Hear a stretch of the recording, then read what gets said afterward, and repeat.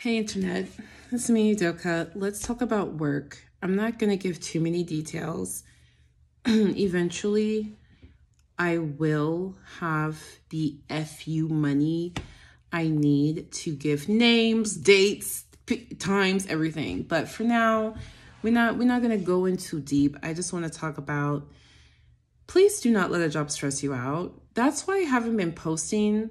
Like, you know how I was on a good streak? I was posting very frequently. That was back when I had a job that didn't stress me out. Now I have a job that stresses me When I tell you, it feels like every other hour I have to go into my little corner and do a meditation, honey. A job should not stress you out this way. A job should not be emotionally taxing. It can be challenging. It can mentally challenge you, right? Or push you. But it should not be distressing. It should not be mentally and emotionally distressing. That's when something is wrong. And a red flag was when the team that I'm on, I'm in tech sales. And by the way, when it's not the same company I was in earlier, the company that I was very happy with, they got bought out by a bigger company. So a lot of this BS, a lot of this bullshizzle is just how corporate works. But when we as a team realize that everybody is under emotional and mental duress, we kind of we staged the coup. Just essentially like asking our managers questions. They need answers. They gave bullshizzle. I escalated it in the most professional way that I possibly could. I escalated it unknowingly. I was just asking around, asking for feedback. Hey, what do you think of a situation? You know, I'm on a team that we feel like we're not on the same page with management, and we feel like we're not getting clear answers to properly do our job. What would you recommend? And to my surprise, this company, the other people I spoke to took it very seriously, and they escalated it. So that, you know, that's good. What that shows me is if I were working in a different department, I might be happy.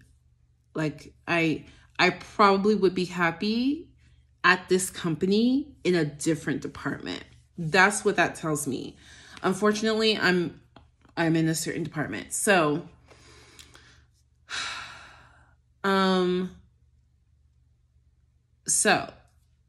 what I've learned is a red flag is when you feel like something is wrong, you ask for feedback, and they tell you, they don't give you actual feedback. They just say you're doing great.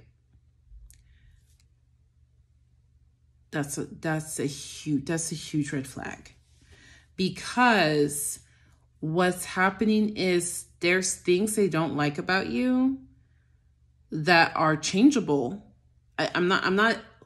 We haven't even gotten to that stuff yet. But there's things about you that you could improve on. I don't yet know why they wouldn't tell you. I don't know why they wouldn't tell you. There has to be some reason that they wouldn't tell you. I don't know. You know, I don't know why they wouldn't tell you those things that you need to improve upon. But what it is if they were to fire you, they will say they're firing you because of ABC. Things that you could have improved upon. Had they told you, that's what you need to work on. That's a red flag that I've learned. Okay. And here's the thing about me. I am the kind of person, I don't do games well. The other thing about corporate, there are games played. Okay, games are played. Games are played. I can't even articulate it right now. It's like you have to read in between the lines. You have to pick up on what are other people doing that management cannot say to do or not do, but you just see, okay, this is what we're doing. You don't say anything. Like, I don't do well with games. What I need you to do is tell me what you want, how you want it, when you want it, why you want it. I promise you, I will deliver. I promise you, even when I had severe depression and anxiety and untreated ADHD, that's just how I am. If you give good input, you will get exactly the output that you want out of me. That's just the way I've always been. At school, in music, in dance, everything. So when I have to play games to get that who, what, when, where, why, that's where that's where I get additionally stressed. On top of the stress everybody on the team was feeling for just because this was this acquisition was not done well. I have that additional stress. I don't know if it's because of the ADHD or spectrum, or I don't know why it is, but playing games is very stressful for me. It makes me second guess every single thing that I do. That is very exhausting. So when you're asking for feedback, they won't give you feedback. So I was going to say, the other thing about me is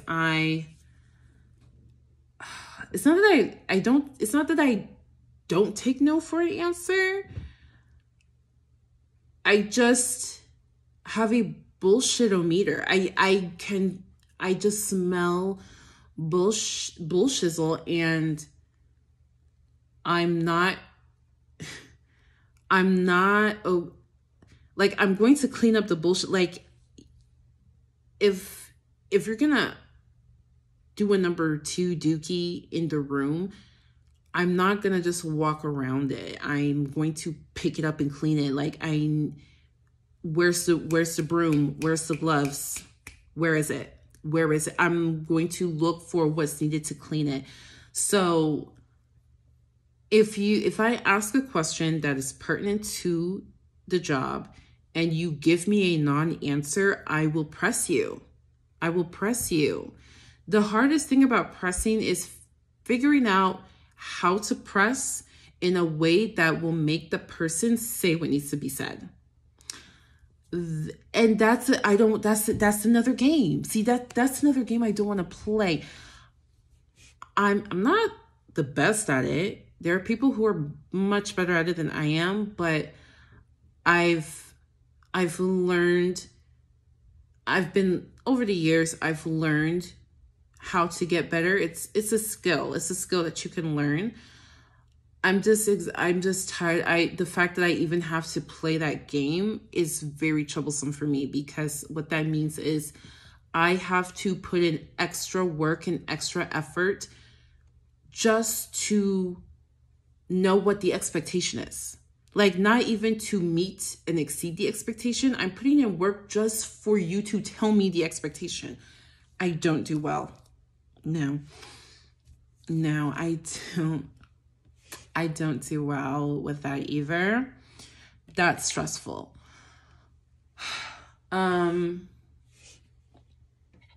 So the other thing is that will help you if you're in a stressful job is you need to look at the numbers.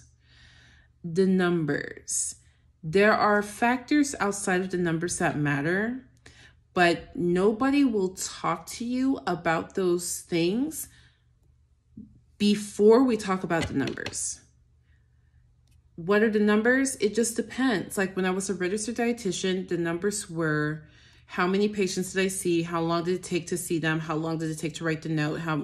Like whatever the numbers are, you need to know those numbers. You need to know those numbers, and you need to know how you compare with your peers. You need to know that. If you can give them numbers, they have no choice but to actually talk about what truly needs to be addressed. Sometimes what truly needs to be addressed are things that they can't tell you. Just realize at this current company, they can't openly talk about tenure. At other companies, it's very open conversation. Oh, so-and-so has been here for a year.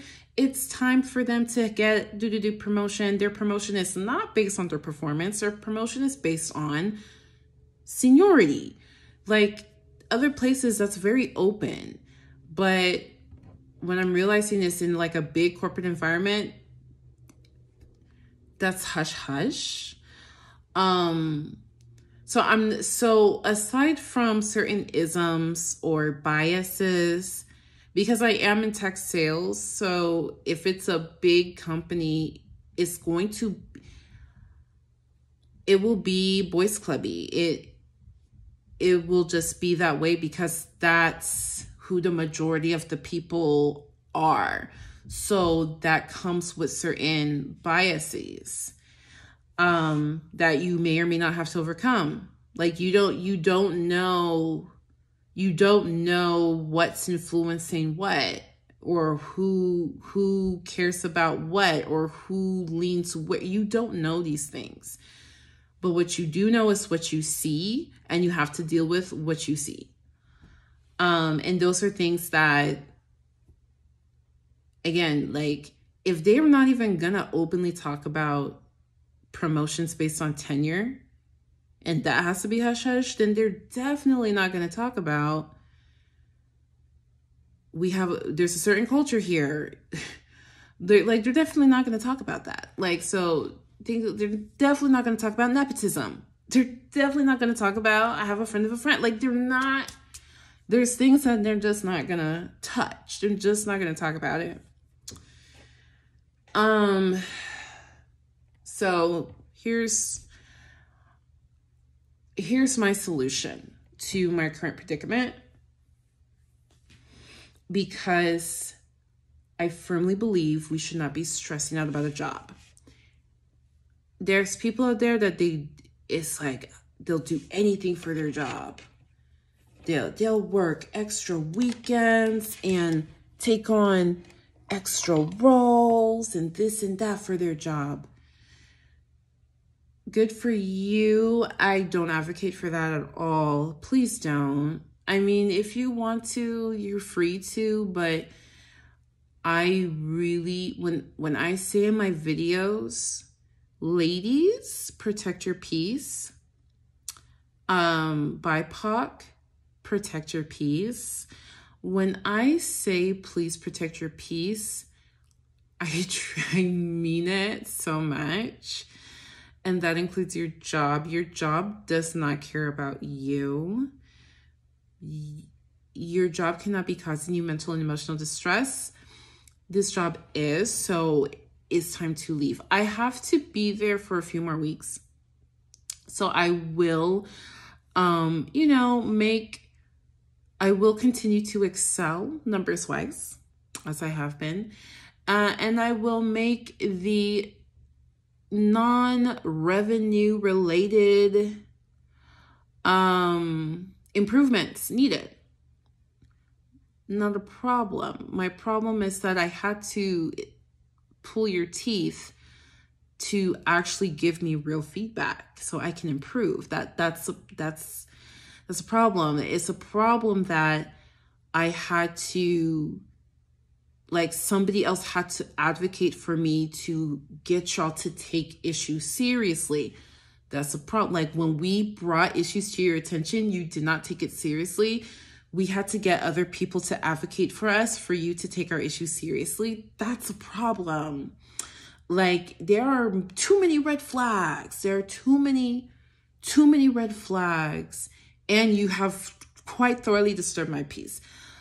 So we're leaving. Here's why it's important to leave once you realize the place has disturbed your peace. I'll use the example of the lady in You. The woman who plays Sherry, she's like the busybody of the town in season 3, You. If you haven't seen it, you need to see it. That's like my favorite show right now. So this actress, she used to be in another show, NCSI, something like that. And she was having issues, of course. She's a Black woman, Afro-textured hair. Most stylists in the industry, they hate Afro-textured hair. Like, not just that they don't like it, they despise it. So, you know, you can imagine, it's just like when you go to a McDonald's and there's somebody who hates their job. How do they perform their job? They put in your order wrong. You ask for no cheese and there's cheese. You know what I mean? Like, or they're overstressed. Like, there's so many reasons why people do things. But like when somebody does not like their job, they're not giving it the care and attention, right? So if somebody despises your hair, like they despise even touching your hair,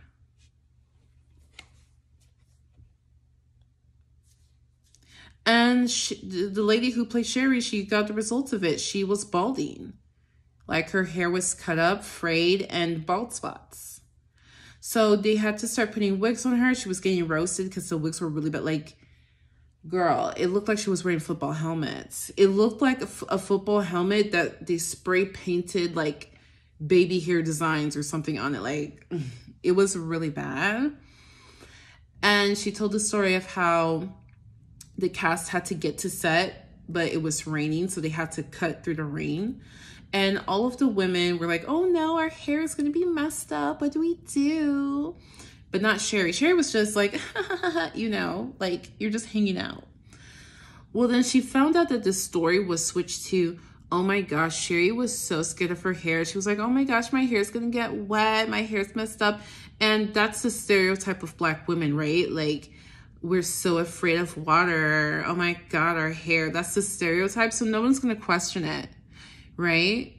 So now this is like difficult to work with. Like, very easily. Could we use, you know, these products for my hair instead of that product? Because that product is like really not good for my hair texture. Difficult. Could we, you know, could we use different wigs? You know, these wigs, maybe they're a little bit more expensive, but they look way better. I think the audience would like it. Like, if they have to do extra things for you, you're difficult. And that is a label that will blacklist you, right? So what does she do? Rather than getting to the point where she's going to start trying to advocate for herself and risk being labeled as difficult, she quit. She quit. Quit on good terms. Quit on good terms. Didn't say why. Just said, you know, just it's my time. You know, I spent many years here. I loved every second of it. Thank you so much. But she quit because there was issue. There was issue that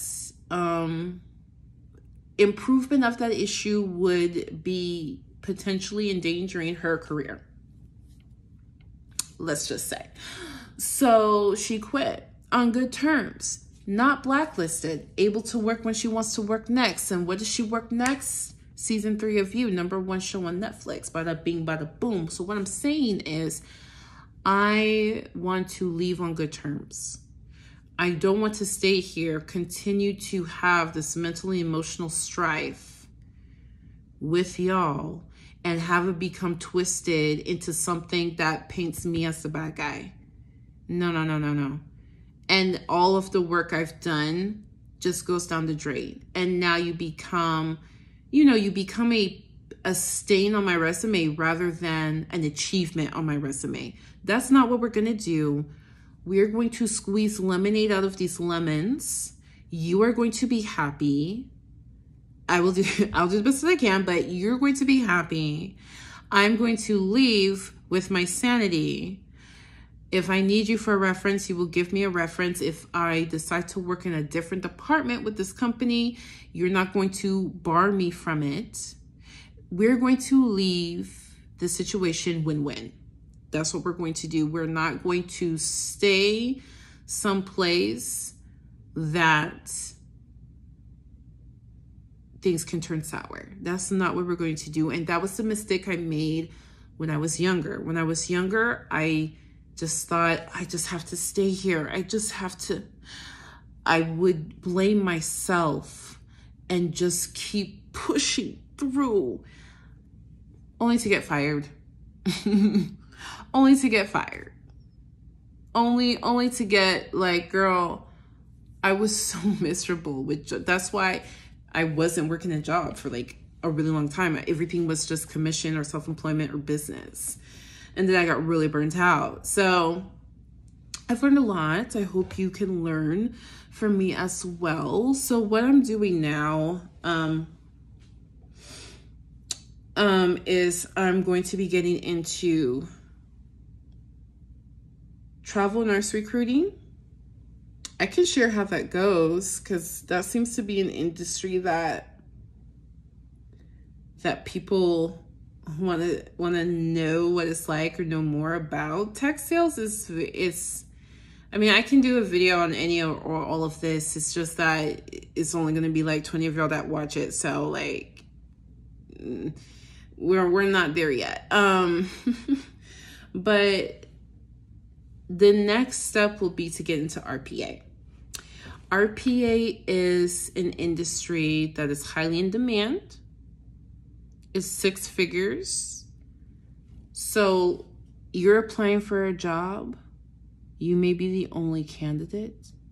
So you can negotiate. So if they're offering 95, you can say, I'm only taking 110. If they're offering 105, I'm only taking 120. You can negotiate. They want you to come to the office. Remote only. Thank you. Hello. This is a job that they give very clear parameters. They give you who, what, when, where, why. They give it to you. And when you're done, you're done. So if it takes you an hour to get that done, it took you an hour. If they gave you 5 days to complete it and it took you 3 hours in one day, 3 hours. This is exactly what I waited for. Like, this is what I want. This is the kind of W-2 job that I want. It's what I've been looking for. It's what I've been craving for. I wish I knew about it sooner. How do you get into it? We can talk about it in a different video. But I'm doing the UiPath certification. And we finna get into this. We finna get into this brand new tax bracket. Okay, we finna enter a new tax bracket. That is like, this is not where it stops. I'm not comfortable talking too much about finance stuff because I'm still getting shizzled together. I guess I can take you along with me for the ride, but that's all gonna come after I'm no longer stressed the frog out of my job, which will be soon, hopefully. So if I don't post in a little bit, you know why, but we'll see each other soon. Please leave paw prints in the comment section. If you made it this far to the end, leave your questions in the comments. I've been a registered dietitian. I've worked in finance, in tech sales now. About to be a travel nurse recruiter, and I'm studying to enter RPA industry. We have a lot to do. Don't be afraid to change industries, by the way. Okay? Like, please do not, if a baby boomer or a Gen Xer questions why you're changing industries, just don't listen to them. If they question why you work a job that's not what you got your degree in, if they ask you, well, you were in this industry, why are you in this industry? The day, like, that era is gone. Like, that era is done. Like, we are hopping. We are hopping. We are leaning in to the capitalistic structures that be in attempts to live our best life. Thank you very much. We don't care about the industry. We go where the money and lifestyle is.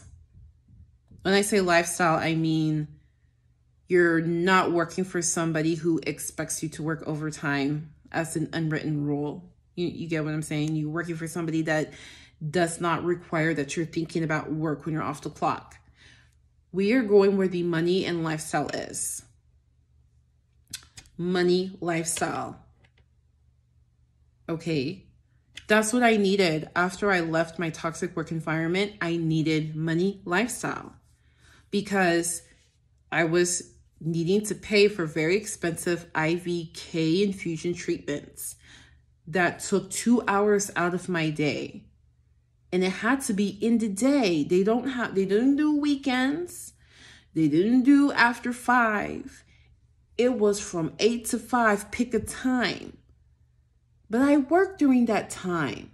I needed a job that gave me money and lifestyle so I can get that done. I had therapy appointments. Took 40 minutes to drive there and back, an hour in session. Like, I needed time and free money, time, which if you don't work remote, maybe you don't get the time. I needed the money and the lifestyle. That's where we going. We don't give a damn about we don't give a damn about no industry. We care about our life. We care about our life. Don't let a job stress you out. If it's stressing you out, it's time to go. This is the time. This is the market. You have the upper hand in this market. All right. Thanks for listening.